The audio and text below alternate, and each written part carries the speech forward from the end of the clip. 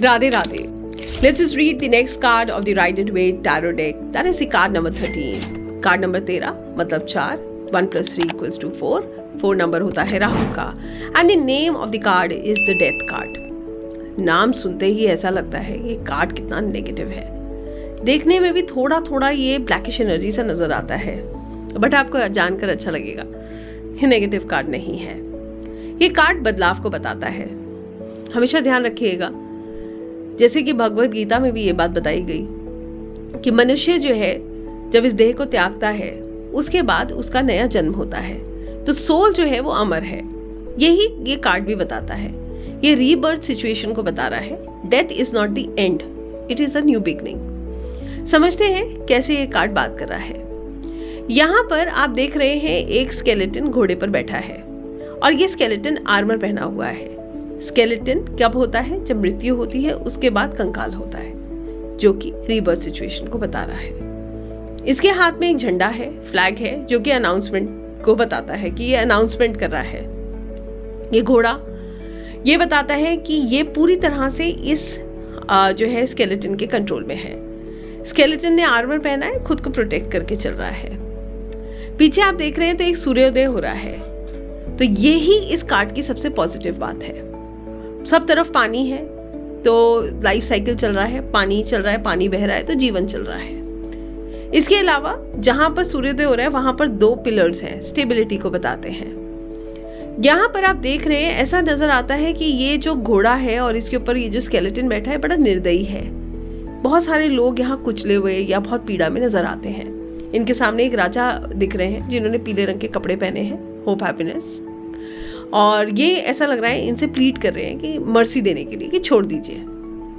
तो इस तरीके से हम इस कार्ड को समराइज करते हैं जैसे जैसे मैंने आपको बताया. अब आइए इसको एक स्टोरी फॉर्मेशन में समझने की कोशिश करते हैं. ये कार्ड एग्जैक्टली क्या बता रहा है. राहु अटैच करता है.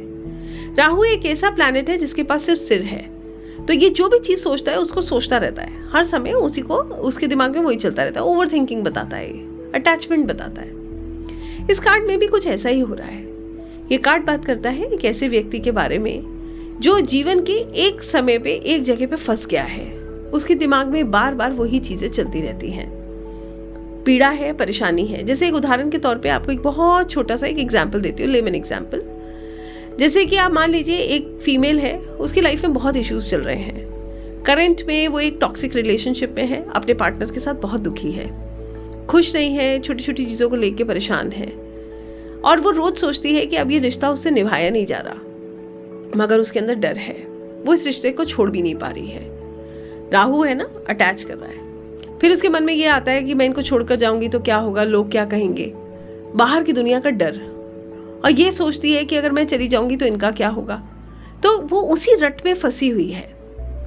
डेथ का कार्ड कहता है कि एक दिन ये अपने लिए डिसाइड कर लेगी कि इसको अब ये नहीं चाहिए, और वहां से इसका रीबर्थ होगा. ये उस व्यक्ति को छोड़ने का निर्णय ले लेगी.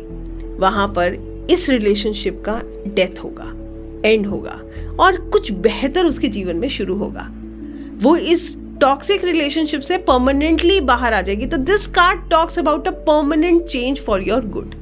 आपकी अच्छाई के लिए एक परमानेंट चेंज आपके जीवन में हो रहा है. इसीलिए ये कार्ड बहुत सुंदर है. परेशानियों का परमानेंट एंड होना और नई चीजों का शुरू होना, ऐसे करके हम इस कार्ड को समझते हैं. अब ये कार्ड कहता है कि जो भी आपके चेंजेस आ रहे हैं उसको स्वीकारें. जीवन में आगे बढ़ना है तो चेंजेस आना बहुत स्वाभाविक है, तो उसके अगेंस्ट नहीं जाना चाहिए, चेंजेस को के अगेंस्ट नहीं जाना चाहिए, चेंजेस को स्वीकारना चाहिए. हम चेंजेस को स्वीकारेंगे तो हमारा जीवन सुंदर होगा. तो अगर कोई चीज़ हमें कष्ट दे रही है, परेशानी दे रही है, तो उसके साथ फंसने से बेहतर ये है कि उसको स्वीकारें और आगे बढ़ें. जैसे जैसे आप आगे बढ़ेंगे आपका जीवन सुंदर होता चला जाएगा, अच्छा होता चला जाएगा. तो इस तरीके से हम डेथ कार्ड को अपराइट समझते हैं.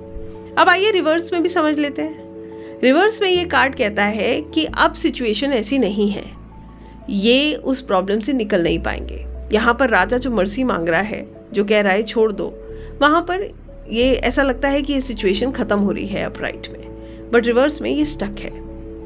ये फिर वापस अपना निर्णय नहीं कर पाएंगी, फिर हिम्मत बटोरेंगे, फिर कहेंगे नहीं हो पाएगा, पता नहीं दुनिया क्या कहेगी, इसके आगे मैं क्या करूँगी, मेरे जीवन में क्या होगा.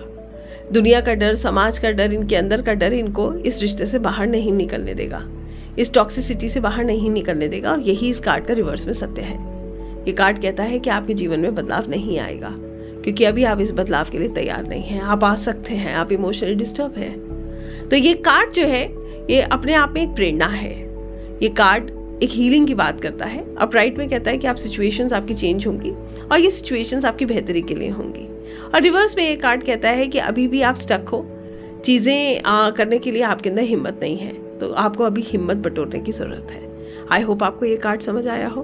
बहुत इंटरेस्टिंग कार्ड है ये, कभी भी से नेगेटिव मत समझिएगा। अपराइट में कार्ड अच्छा है, हर खराब चीज़ का अंत हो रहा है। तो अगर हम बात करें करियर में, तो ये कार्ड कहता है चेंज आएगा। चेंज आएगा, हो सकता है कि आपको नौकरी बदलनी पड़े, बिजनेस व्यापार चेंज करना पड़े, मगर वो आपके भलाई के लिए है। रिलेशनशिप में अगर कोई रिश्ता अच्छा नहीं चल रहा है तो उसमें परमानेंट चेंज आएगा। अच्छा चल रहा है तो भी परमानेंट चेंज आएगा। मान लीजिए कपल है, परमानेंट चेंज कैसे आएगा? शादी हो जाएगी उनकी, अच्छा हो रहा है ना, बढ़िया होगा, जो भी होगा अच्छा होगा। हेल्थ में भी जो हेल्थ इशू है वो खत्म हो रहे। तो अपराइट में ये कार्ड बहुत सुंदर है, इसको कभी भी नेगेटिव नहीं सोचना चाहिए और ये कार्ड हमें आगे बढ़ने की प्रेरणा देता है। आई होप आपको समझ आया हो और ये जर्नी आपको अच्छी लग रही हो, इन कार्ड से आप कनेक्ट कर पा रहे हो। Thank you so much. Radhe Radhe.